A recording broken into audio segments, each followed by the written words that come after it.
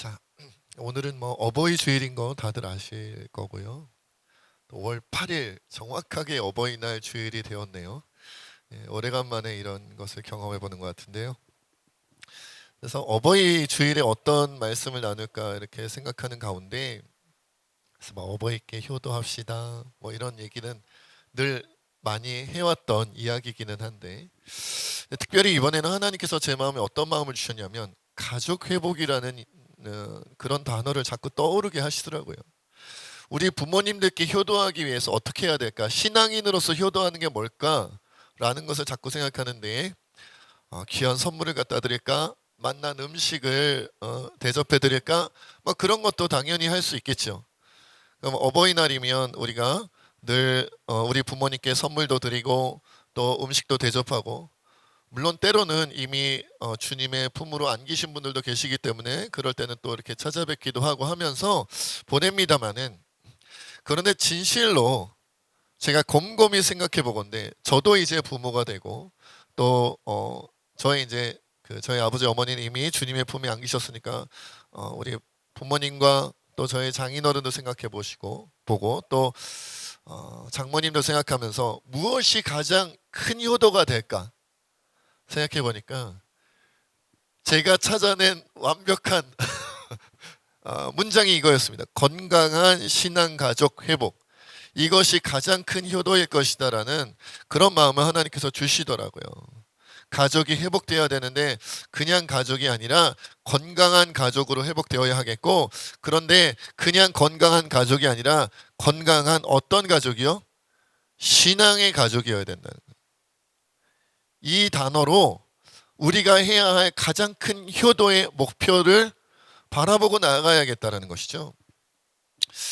그래서 그런 내용을 가지고 오늘 여러분들과 함께 나눌 건데, 국어사전에 보니까 가족에 대해서 이렇게 정의하고 있더라고요. 부부를 중심으로 하여 그로부터 생겨난 아들, 딸, 손자, 손녀 등 가까운 혈육들로 이루어지는 집단이 가족이다라고 이제 사전에 나와 있어요. 그런데 여러분들 느끼시겠지만 오늘날은 가족들이 이렇게 이렇게 화목하고 아름다운 공동체로 이렇게 묶여 있는 게 아니라, 많은 가정들, 우리나라의 많은 가정들이 어떻게 되고 있냐면 전문 용어로 가족이 해체되고 있다. 가족이 해체되고 있다. 가족이 깨지고 있다는 거예요. 그러니까 이런 현상은 사실 그리스도인 가정이라고 해서 예외는 아니다. 우리가 이런 사회적인 문제를 얘기할 때마다 참 안타까운 것은, 기독교인들은 다르냐? 안 그래. 기독교인들은 사회적인 여러 가지 문제에서 예외냐? 그래도 조금 나으냐? 그렇지 않으니까 통계를 보면 별반 다를 바가 없다. 우리의 신앙이 우리가 사회생활하는데 사실 결정적인 영향을 끼치지 못하는 경우가 많다는 것이죠. 그래서 제가 또 사전에서 찾아봤어요. 가족 해체는 무엇인가?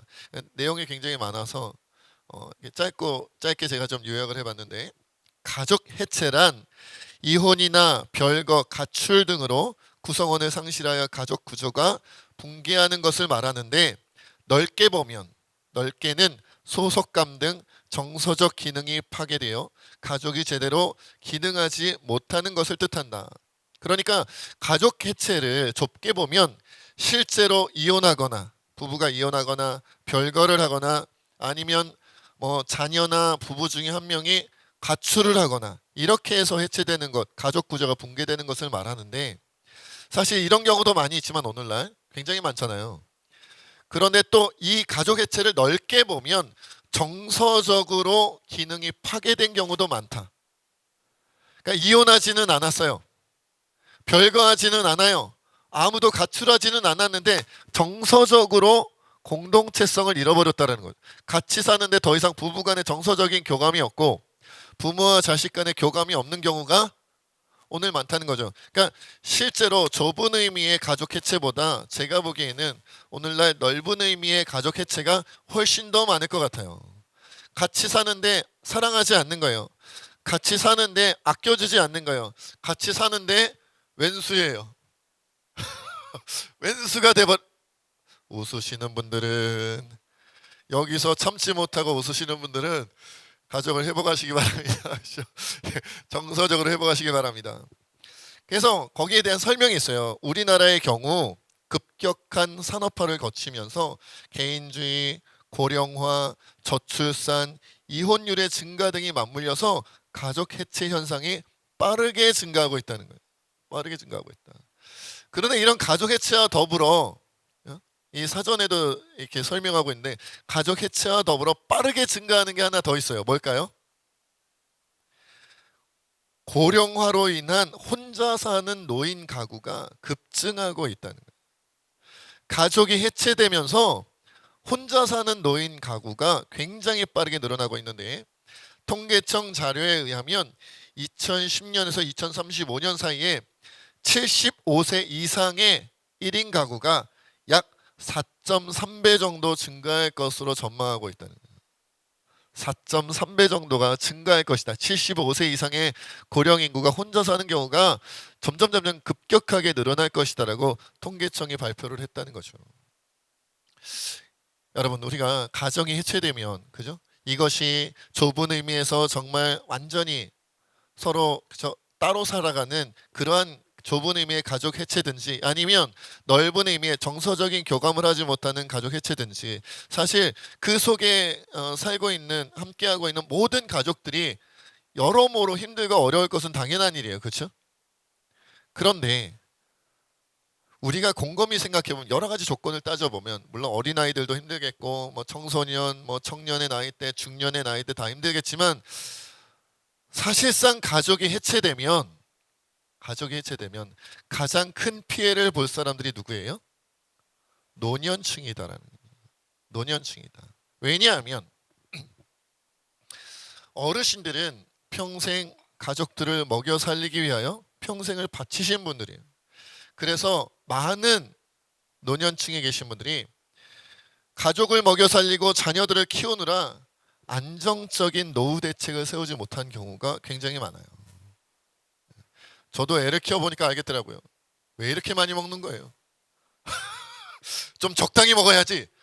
사람답게 먹어야 될 거 아니에요. 소같이 먹고 무슨 코끼리 한 마리가 있는 것 같아요. 점점 나이가 들면 될수록 더 많이 먹고 말이죠. 그리고 교육비. 우리나라 사교육비, 교육비가 얼마나 많이 들어갑니까? 초등학교 때는 이런 생각했었어요. 그래도 애 키우는데 좀 버겁지만 키울만 하네. 중학교 가니까 헐. 아니 갑자기 애가 한 서너 명 늘어난 것 같이 들더라고요. 고등학교 가니까 뼈가 빠져요. 그래서 제가 뼈가 많이 빠졌어요 지금. 제가 자꾸 흐물흐물하는 게 고등학생을 키우다 보니까 뼈가 자꾸 빠지더라고요. 점점 그쵸. 아이가 커가면 커갈수록 그 아이한테 들어가는 교육비, 그 아이를 키우는 비용이 기하급수적으로 늘어나는데 노후 대책은 무슨 노후 대책이에요. 그렇죠? 자녀들 키우는데 다 들어가 버린단 말이에요. 들어가고도 부족해요. 그렇죠? 그렇게 하다 보니까 정작 지금 중년에 장년에 그리고 이제 노년에 진입하고 있는 세대들이 노후 대책을 제대로 세워놓지 못하고 노년을 무방비로 맞이하는 경우가 굉장히 많다는 거죠. 그렇다면 그럼 경제적으로 노후 대책이 되어 있는 분들은 그러면 괜찮으냐? 경제적으로 노후 준비가 철저히 준비되어져 있기만 하면 그러면 괜찮으냐? 그것도 사실은 아니에요. 여러분, 우리가 경제적으로 노후 대책을 세웠다 할지라도 그런 좀 그래도 부유하게 준비가 되어져 있다 할지라도 오늘날 세대가 얼마나 빠르게 변합니까? 그럼 세상이 너무 빨라요. 제가 50도 되지 않은 제가 세상 따라가는 걸 못 따라가겠어요. 뱁새가 된 느낌입니다. 황새와 같은 세상이 젊은이들이 막 달려가는데 저는 뱁새가 되어서 옛날에 그 뭐가 찢어진다 그래요? 가래가 옛날에 찢어졌어요. 이미 옛날에 찢어져서 쫓아갈래야 쫓아갈 수가 없어요. 막 변하는 세상에. 제가 그런데 저보다 연령이 높으신 분들은 얼마나 빠르게 변하는 세상에 적응하기가 어려우시겠어요. 그리고 아무리 우리가 노후 대책에 준비되어져 있는 것처럼 여겨진다 할지라도 오늘날 세상은 자꾸만 부모와 자녀들 간의 관계가 자꾸만 깨어지고 단절되어져 있죠. 젊은 층들과는 자꾸 거리감이 생기죠. 그리고 여러분 우리가 어쩔 수 없이 나이가 들면 들수록 육체적으로 연약해질 수밖에 없어요. 옛날에는 거뜬히 하던 일들도 나중에는 거뜬히 하지 못하는 그런 시기가 온단 말이죠. 거기다가 육체적으로 연약해지니까 알게 모르게 생겨나는 질병들이 막 늘어나는 거예요. 막 늘어나는 거예요. 이 모양 저 모양으로 우리가 경제적으로 준비가 되어 있지 않아도 노년층으로 살아가는 게 어려운데, 준비되어져 있다 할지라도, 넉넉하게 그래도 미래를 위해 저축해 놓았다 할지라도, 그렇다고 해서 우리의 부모님들, 우리의 어르신들이 넉넉하게 편안하게 기쁨으로 감사로 살아갈 만한 여건이 좀처럼 준비되지 않는 시대를 우리가 살아가고 있다. 우리의 부모님 세대, 우리의 어르신들이 겪는 소외감, 상실감, 마음의 상처, 고독함, 외로움, 이런 것들이 점점 커지고 있다는 거죠. 거기다가 이제 100세 시대니까, 말이 좋아 100세 시대지, 100세까지 행복하게 즐겁게 살면 100세 시대가 축복이지요. 그렇지 않습니까? 여러분, 우리가 행복하고 즐겁게 살 수 있다면 100세 시대가 아니라 200세 시대, 300세 시대가 돼도 걱정이 없을 텐데, 오히려 지금은 100세 시대여서 고독하고 외롭고 힘들고 어렵게 사는, 상처감에 살아가는, 상실감에 살아가는 더 많은 시간들을 그렇게 보내야 되는 노년층들이 우리에게 너무나도 늘어나고 있다는 거죠. 그렇게 오늘날 우리가 그리스도인으로서, 우리가 자녀된 입장, 우리가 우리의 어르신들을 공경하고 모셔야 하는 입장에서 볼 때 가장 중요한 것이 뭐겠느냐? 건강한 신앙 가족을 회복하는 것이다. 해체되지 않고, 우리가 아무리, 여러분 그렇지 않아요? 부모 입장에서 보면 아무리 자녀들이 지지고 볶고 살아도 해체되는 것보다는 함께 사는 것을 좋아하시잖아요.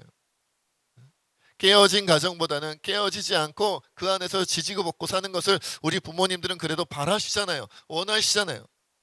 거기에 깨어지지 않고 해체되지 않고 그래도 유지되고 있는 그 가족이 어떻게 해요? 점점 더 건강하게, 건강해진다는 건 뭐예요? 점점 더 화목하게, 점점 더 우애 있게, 점점 더 서로를 아껴주고 챙겨주고 사랑하는 모습으로 변화되어져 간다면, 그리고 거기에 하나 가장 중요한 게 뭐예요?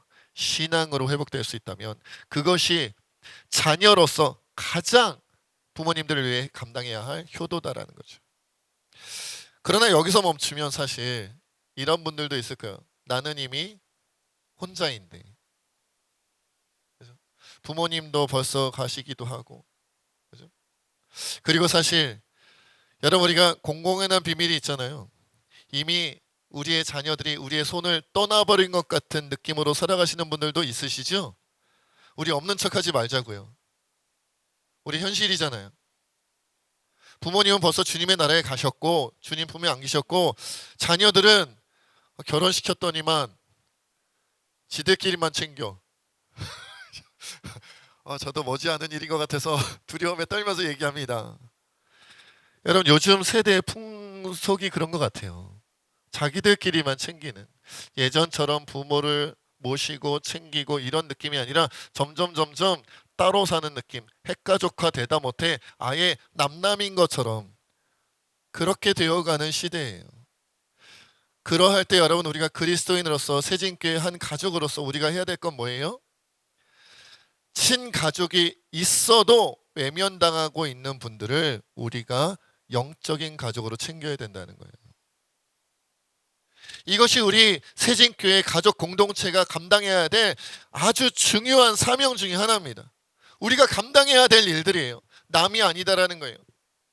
비록 육신적으로는 친자녀가 아니고 육신적으로는 친가족이 아닐지라도 영적으로는 친가족인 거예요. 영적으로는 친자녀인 거예요. 왜냐하면 예수 그리스도 안에서 우리가 한 가족이 되었기 때문에. 아니, 가족이 아니라 한 몸이라고까지 하잖아요. 가족보다 더 가까워요, 어떤 면에서 보면. 여러분, 저는요 사실 저희 친척들보다 여러분들 훨씬 자주 만나요. 안 그러세요? 저희 가족들보다, 심지어 저희 부모님 생전에 계실 때 부모님 뵐 때보다 여러분들을 더 자주 만나고 더 같이 많은 시간을 보냈고 더 많은 이야기를 나누었고 더 많은 일들을 함께 했어요. 우리가 남입니까? 무슨 정치구호 같아서 좀 그렇습니다만은, 우리가 남입니까 여러분? 지난 13년 동안 제가 새진교회에서 있으면서 제 친척들보다, 제가 친구라고 부르는 사람들보다, 저의 절친이라고 부르는 사람들보다 여러분들과 더 많이 만났고, 여러분들과 더 많은 일을 했으며, 여러분과 더 많이 대화했어요. 희노애락을 여러분과 함께 했어요. 그런데 우리가 어떻게 남이에요? 좋은 의미에서 우린 남이 아니에요. 건전한 의미에서 우린 남이 아니에요. 거룩한 의미에서 우린 남이 아니에요. 우리가 남이 아니다라고 생각하고 받아들여야 된다는 거죠. 여러분, 우리가 이웃을 사랑할 때 어떻게 사랑하라고 주님이 말씀해 주셨어요? 내 이웃 사랑하기를 자기 자신을 사랑하는 것처럼 사랑해라고 말씀하셨죠? 여러분, 그렇다면 이것을 우리가 가족에 적용해 봅시다. 너의 이웃 가정을 사랑할 때 어떻게 사랑해야겠어요? 너의 가정을 사랑하듯이 사랑해야 될 것 아니겠어요? 너의 가정을 사랑하듯이 이양수 목사가 이양수 목사의 아내와 아들을 사랑하는 것처럼 성도들의 가정을, 그리고 주변 이웃들의 가정을 아끼고 사랑해야 되는 거 아니겠어요? 그것이 기준이다라는 거예요. 그것이 기준이다. 하나님, 내가 교회에서 살아갈 때, 교회 생활을 할 때 내 친가족 말고, 그죠? 우리 장로님 가정, 우리 권사님 가정, 우리 집사님 가정, 우리 청년들 가정, 우리 아이들 가정을 어느 정도 사랑해야 될까요? 너네 가정을 사랑하는 것만큼, 너네 가정을 사랑하는 것처럼. 물론 죽을 때까지 이루기는 어렵겠죠. 그게 말처럼 쉽겠어요. 그러나 목표는 분명하다는 거예요. 비록 우리가 죽을 때까지 어떻게 우리가 예수님도 아닌데 내 친가정도 아닌데 다른 사람의 가정을 진짜 내 친가정처럼 똑같이 사랑할 수 있겠어요. 그러나 목표는 분명하다는 거예요. 목표가 없으면 우리는 흉내도 내지 않을 거예요. 노력도 하지 않을 거예요. 기도도 하지 않을 거예요. 그러나 목표가 분명하면 내가 이루지 못했으니까 하나님께 기도하며 도움을 구하고, 하나님, 내 친가정을 사랑하듯이 장로님 가정을 사랑하게 하시고, 권사님 가정을 사랑하게 하시고, 집사님, 청년들, 아이들의 가정을 사랑하게 하여 주시옵소서. 기도하며 노력하고 애쓰지 않겠어요? 조금씩 한 발자국 한 발자국 나아가지 않겠냐고요. 더더군다나 누군가가 챙겨줘야 하는 그런 상황에 있음에도 불구하고 아무도 챙겨줄 사람이 없는, 자녀들도 챙겨주지 않고 형제자매도 챙겨주지 않는 그런 분이 계시다면 우리가 챙겨야죠. 우리가 남이 아니기 때문에. 여러분, 이것은 구호가 아닙니다. 그럴싸한 설교 내용이 아니고요, 하나님께서 우리에게 원하는 거예요.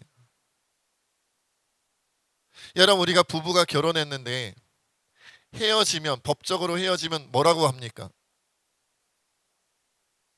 이혼이라 그러는데 잘 모르세요? 부부가 결혼했는데 헤어지면 이혼이죠. 법적으로 헤어지지는 않았으나 따로 살면 뭐라 그래요? 별거라 그러죠, 별거. 여러분, 하나님께서 우리는 새진교회 가족 공동체로 만나게 하셨고 한 구성으로 만드셨어요. 우린 가족이 된 거예요. 새진교회 교우로 등록을 하고 새진교회에서 신앙생활을 하면서 우리는 영적인 세계에서 가족이 되었어요. 호적에 올라 있어요, 여러분. 천국 가서 저 땅에서 너희는 어떤 영적인 가족으로 구성원이 되어져 있었느냐, 대한민국, 그죠? 대한민국의 그 영적인 호적을 딱 떼보면 저랑 이경재 장로님은 가족인 거예요. 네. 저랑 문사모 장로님도 가족이, 이름 다 해드려야 되는데 저랑 이창주 집사님은 가족인 거예요. 호적 떼보면 대한민국 땅에서 새진교회 공동체, 가족 공동체로 함께 살았다, 등록되어져 있어요, 여러분. 등록되어져 있어요.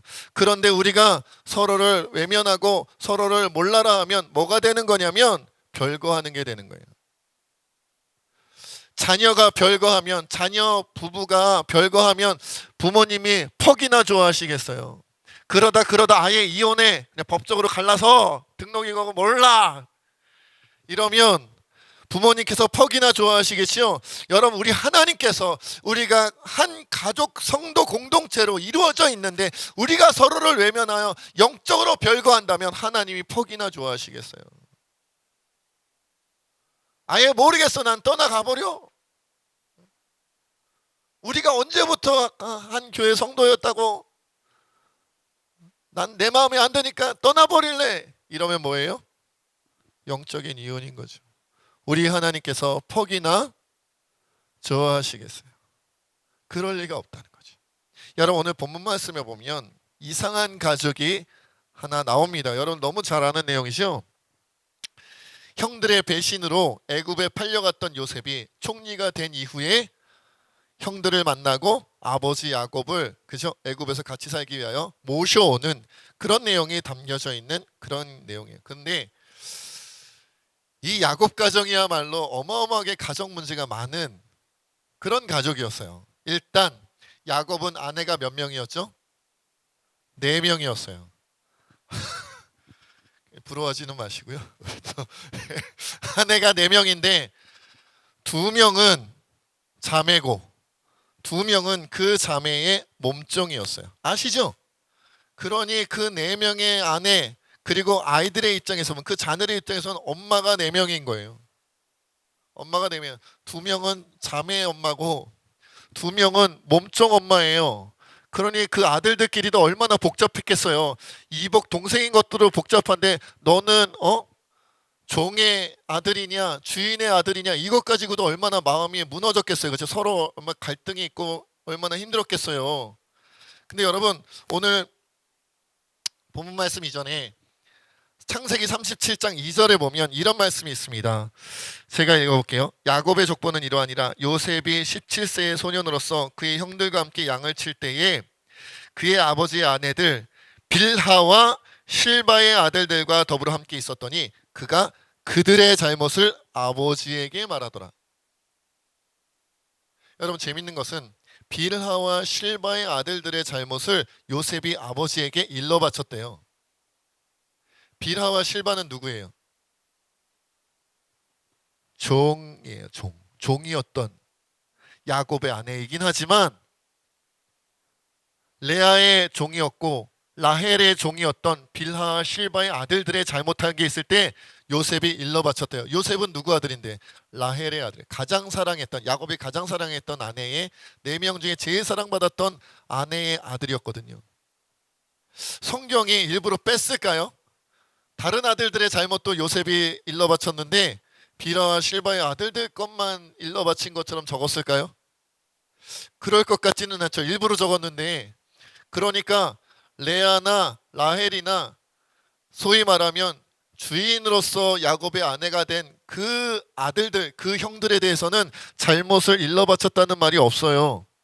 누구의 잘못만 일러 바친 것처럼 성경에 기록되어져 있냐면 종이면서 낳은 아들, 종의 아들로 태어난 그 형들에 대해서는 요셉이 17세 때 17살 때 형들이 잘못했을 때 일렀다는 거예요.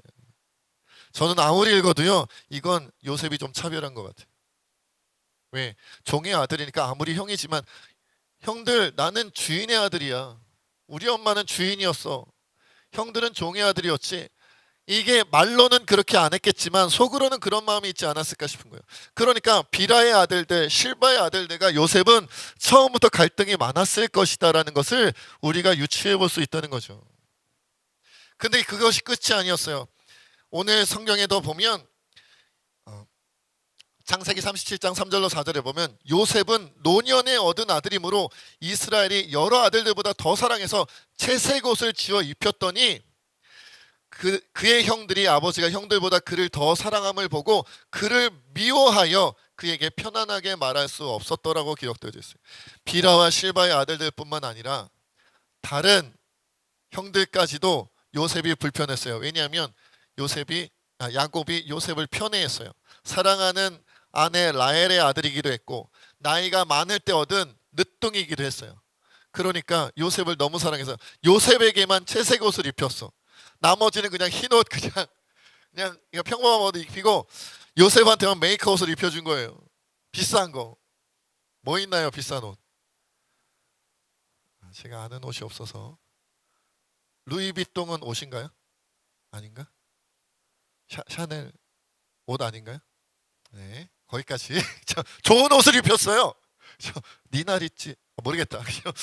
제가 하는 게 여튼 좋은 옷을 요셉한테. 그러니까 안 그래도 비라 아들들, 실바의 아들들, 종의 아들들과 사이가 안 좋은데 다른 형들까지도 요셉을 미워하고 편안하게 말할 수 없었대요. 얼마나 거북했다는 얘기예요. 그러니까 나중에 형들이 어떻게 해요? 거기다가 여러분들 기억하시죠? 요셉이 꿈을 꾸는데 어떤 꿈을 꿔요? 자기 볕단은 서 있고 나머지 형들의 볕단이 형제들의 볕단이 자기 볕단을 향해서 절을 하는 꿈을 꿨죠. 두 번째 꿈은 뭐예요? 해와 달과 11별이 요셉에게 절하는 꿈을 꿨죠.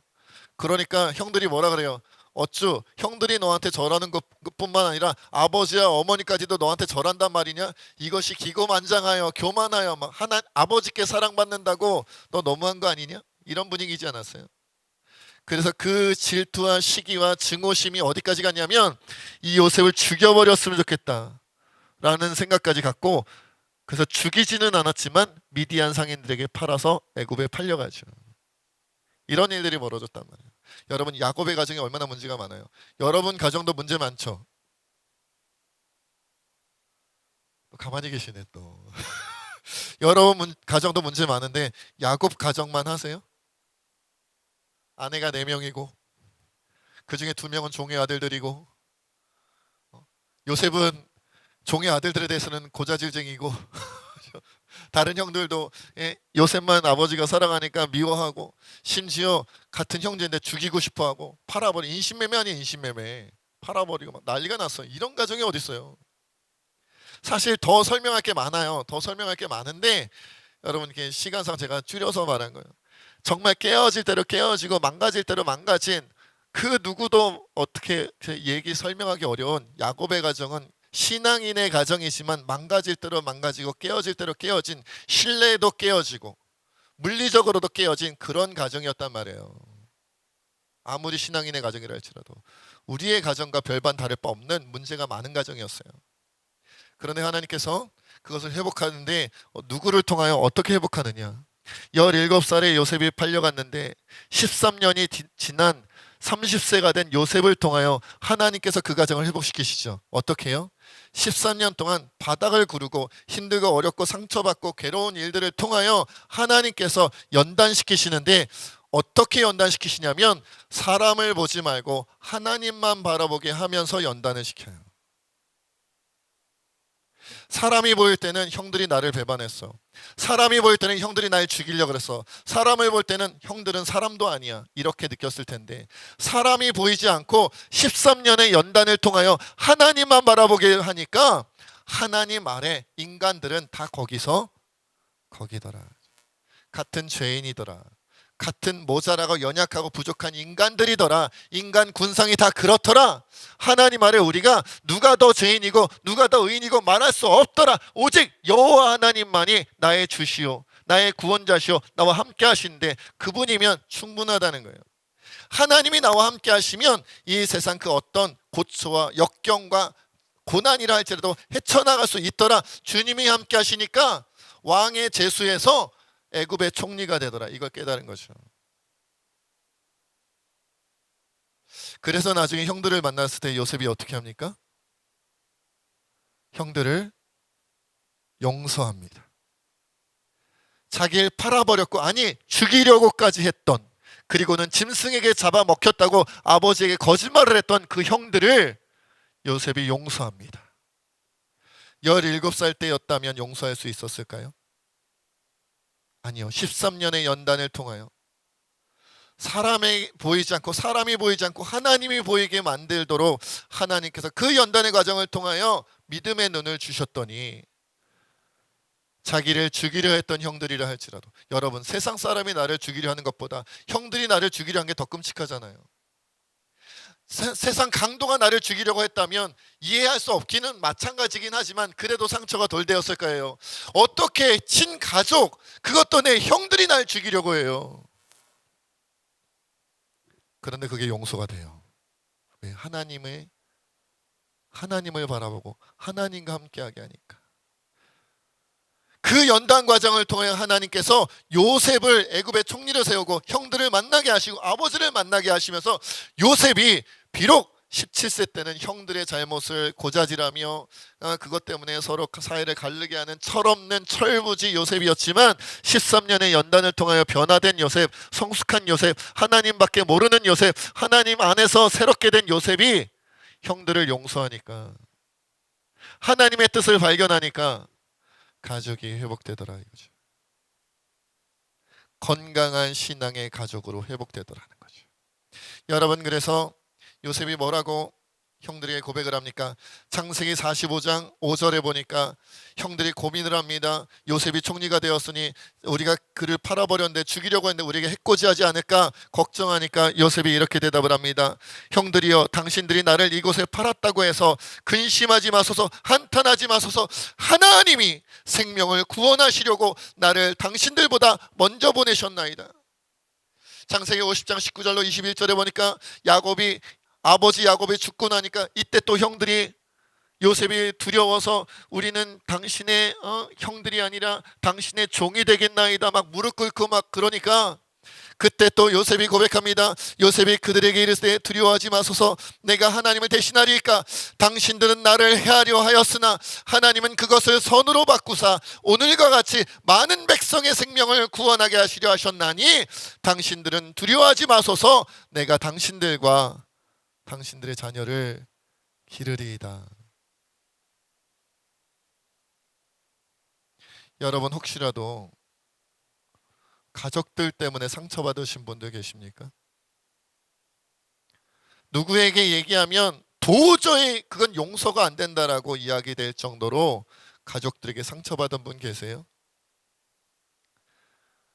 하나님 안에서 하나님만 바라보며 그 마음이 자라나고 회복되어지기를 주의 이름으로 축원합니다. 하나님만 바라보면서 그 마음이 치유되기를 주의 이름으로 축원드립니다. 하나님 안에서 그 마음이 자라나서 하나님이 보임으로 사람들은 다 죄인이구나, 나에게 해코지하였던 그 가족도 죄인이었고 그것 때문에 판단하여 그들을 미워하고 원망하였던 나도 죄인이구나, 모두가 예수를 십자가에 못 박은 자들이구나. 요셉이 형들을 용서할 수 있었던 것처럼 우리에게는 용서할 만한 마음이 없고 용기가 없지만, 믿음이 없지만 하나님께서 여러분들에게 믿음을 주시고 용기를 주시고 용서할 수 있는 마음을 주실 거예요. 힘을 주실 거예요.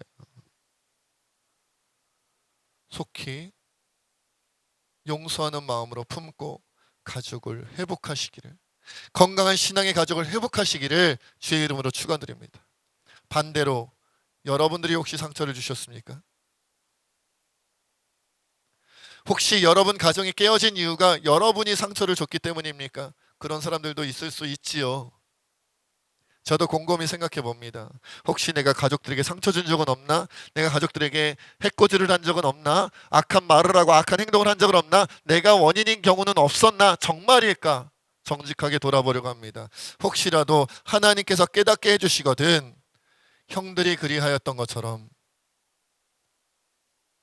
철저히 하나님께 먼저 회개하고, 그리고 우리의 가족들에게 용서를 구해야 됩니다. 그것이 어버이 주일에 우리가 해야 할 가장 중요한 효도입니다. 좋은 선물을 갖다 드리는 것보다, 좋은 음식을 대접하는 것보다 깨어진 가정을 회복하는 것이 우리에게 가장 중요한 효도입니다. 그리고 아까도 우리가 이야기하였듯이 이미 아무도 돌볼 수 없는 상황에 모든 가족들로부터 외면당하고 고립되어 있는 분들이 혹시라도 우리 성도님들 가운데, 우리 주변 이웃들 가운데 여러분 눈에 보이는 분이 계십니까? 이제 우리가 영적인 그분들의 가족이 되어줍시다. 하나님이 원하세요. 우리 이 시간 하나님 앞에 그렇게 기도했으면 좋겠습니다. 사실 제일 어려울 수 있어요. 저도 살아보니까요, 가족 문제가 제일 어려울 때가 많더라고요. 제가 상처를 받아도 가족 문제가 어렵고요, 제가 상처를 줬어도 가족 문제가 어렵고요, 그리고 우리 주변에 가족들로부터 외면당한 분들을 챙긴다는 것도 너무 힘든 일이에요. 그러니 우리 하나님께 맡깁시다. 우리에게 없는 힘입니다. 하나님, 우리를 도와주세요. 우리 새집교회 성도들 모든 가정이 건강한 신앙의 가족으로 회복되게 하여 주시고, 더 나아가 하나님, 우리 성도들 가운데, 우리 이웃들 가운데 가족들로부터 외면당한 분들이 있습니까? 우리가 그들을 챙기고 우리가 그들을 품어주고 우리가 그들을 사랑하며 그들의 가족이 되게 하여 주시옵소서. 우리 함께 기도하겠습니다. 아버지 하나님, 우리가 주님 본인을 기도하며 나가기 원합니다.